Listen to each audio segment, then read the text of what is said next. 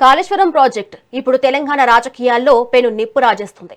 నిన్నటిదాకా తెలంగాణకు వరద ప్రధాయిని అనుకున్న ప్రాజెక్టు నేడు సవాళ్లు ప్రతి సవాళ్లకు వేదికైంది. అసలు కాళేశ్వరం ఎప్పుడు కుంగింది?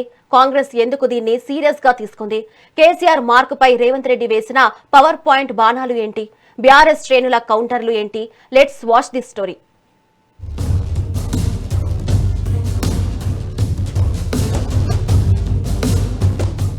అది 2023 అక్టోబర్ 21 రాత్రి తెలంగాణ ఎన్నికల నగారు మోగిన వేళ జయశంకర్ భూపాలపల్లి జిల్లాలోని మేడిగడ్డ బ్యారేజ్ వద్ద ఒక్కసారిగా భారీ శబ్దం వచ్చింది.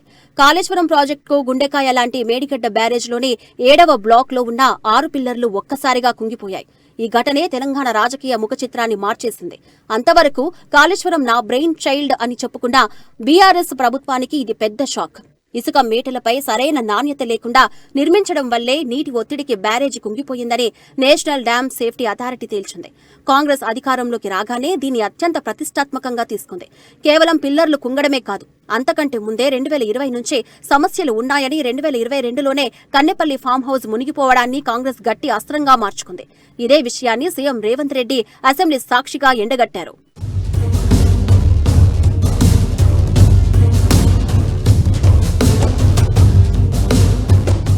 మేడిగడ్డ బ్యారేజీ అలా వెన్నిపూస విరిగిపోవడానికి కారణమేంటో వెతికి తీసేందుకు కాంగ్రెస్ సర్కార్ వేగంగా అడుగులు వేసింది. డిసెంబర్ 2023లో కాంగ్రెస్ ప్రభుత్వం అధికారంలోకి రాగానే ముఖ్యమంత్రి రేవంత్ రెడ్డి కాళేశ్వరం ఫైళ్లపై ప్రత్యేక ఫోకస్ పెట్టారు. కేవలం రాజకీయ విమర్శలకే పరిమితం కాకుండా అసలు తప్పు ఎక్కడ ఉందో ఆధారాలతో సహా నిరూపించాలని డిసైడ్ అయ్యారు. అందుకోసం జస్టిస్ పీసీ ఘోష్ నేతృత్వంలో జ్యుడిషియల్ కమిషన్ వేశారు. దాంతో పాటు సీఎం రేవంత్ రెడ్డి స్వయంగా మంత్రులు, అధికారుల బృందంతో కలిసి మేడిగడ్డ బ్యారేజ్ ని పరిశీలించారు.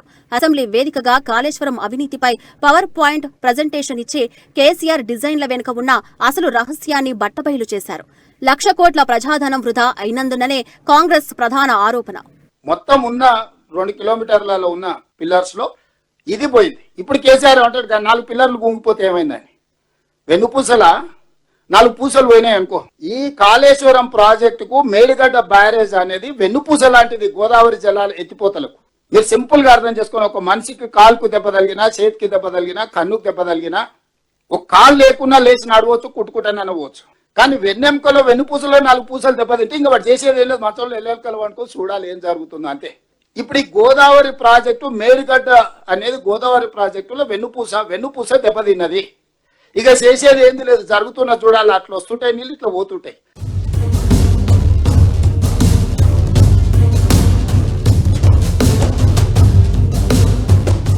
ఇంత జరుగుతున్నా తప్పు ఒప్పుకోకుండా బీఆర్ఎస్ నేతలు తిరగబడటంపై సీఎం రేవంత్ రెడ్డి మరింతగా విరుచుకుపడ్డారు.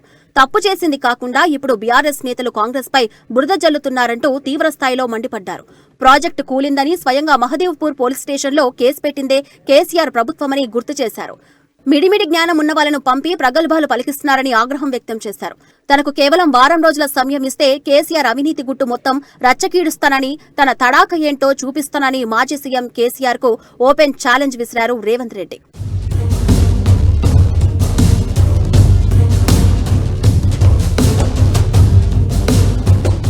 సీఎం రేవంత్ రెడ్డి విసిరిన సవాళ్లకు, పవర్ పాయింట్ ప్రజెంటేషన్ కు బీఆర్ఎస్ శ్రేణులు కూడా అంతే ధీటుగా కౌంటర్లు ఇస్తున్నాయి. మాజీ నీటిపారుదల శాఖ మంత్రి హరీష్ రావు అసెంబ్లీ లోపల బయట కాంగ్రెస్ అబద్దాల ప్రవాహాన్ని ఎండగట్టారు. కాంగ్రెస్ ప్రభుత్వానికి నేరపూరిత నిర్లక్ష్యం ఎక్కువైందని మండిపడ్డారు. కన్నెపల్లి మోటార్లు ఆన్ చేసి రైతులకు నీళ్లు ఇవ్వడం చేతకాక ఎన్డీఎస్ఏ సాకులు చెబుతున్నారని ధ్వజమెత్తారు. అబద్దాలు చెప్పడంలో రేవంత్ రెడ్డికి నోబెల్ బహుమతి ఇవ్వచ్చంటూ సెటైర్లు వేశారు. నేను సవాలేస్తున్నా, ఒక్క 3 నెలలు నీటిపారుదల శాఖ మంత్రి నాకు జీతం వద్దు, కారు వద్దు, ప్యూన్ వద్దు, ఫ్యాన్ వద్దు. కారు, ఫ్యూను, జీతం, ఫ్యాను ఏమొద్దు. 3 నెలలు ఎట్లా నీళ్లు రావో మేము చేసి చూపిస్తాం, నీళ్లు బారిచ్చి చూపిస్తాం. పదవి నేను కొత్తగా చేస్తలేను, 13 ఏళ్ళు చేసిన మంత్రిగా. నాకు కొత్తగా ఏదో పదవి అవసరము లేదు, పదవి కోసము కాదు. నువ్వు సవాల్ విసిరినవు కనుక మాట్లాడుతావు. 1-2 నెలలు 3 నెలలు ఈ కన్నెపల్లి మోటార్లు ఆన్ చేస్తాం, బరాబ్బర్ ఎల్లంపల్లికి నీళ్లు తెస్తాం. ఒకవేళ నీళ్లు లేకపోతే శాశ్వతంగా రాజకీయాల నుంచి నేను తప్పుకుంటా.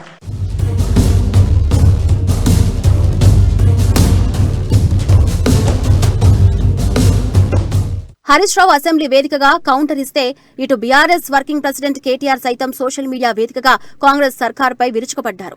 కేసీఆర్ పై ఉన్న రాజకీయ కోపాన్ని రైతులపై చూపిస్తారా అంటూ ప్రశ్నించారు.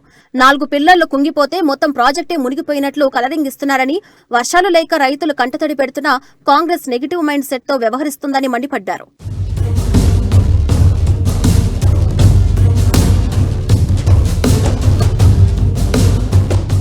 మొత్తానికి కాళేశ్వరం చుట్టూ తిరుగుతున్న తెలంగాణ రాజకీయం ఇప్పుడు పీక్ స్టేజ్ కి చేరింది. తప్పులు మీవంటే చేతకానితనం మీది అంటూ కాంగ్రెస్ బీఆర్ఎస్ పార్టీలు డి అంటే డి అంటున్నాయి. రేవంత్ రెడ్డి వారం రోజుల డెడ్ లైన్ సవాల్తో ముందుకెళ్తూ ఉంటే అసెంబ్లీలో తేల్చుకుందాం రమ్మని గులాబీ నేతలు సవాల్ విసురుతున్నారు. మరి ఈ పొలిటికల్ వార్లో విచారణ కమిషన్లు ఏం తేల్చబోతున్నాయి, ఎవరు దోషులుగా నిలబడబోతున్నారు అనేది కాలమే నిర్ణయించాలి.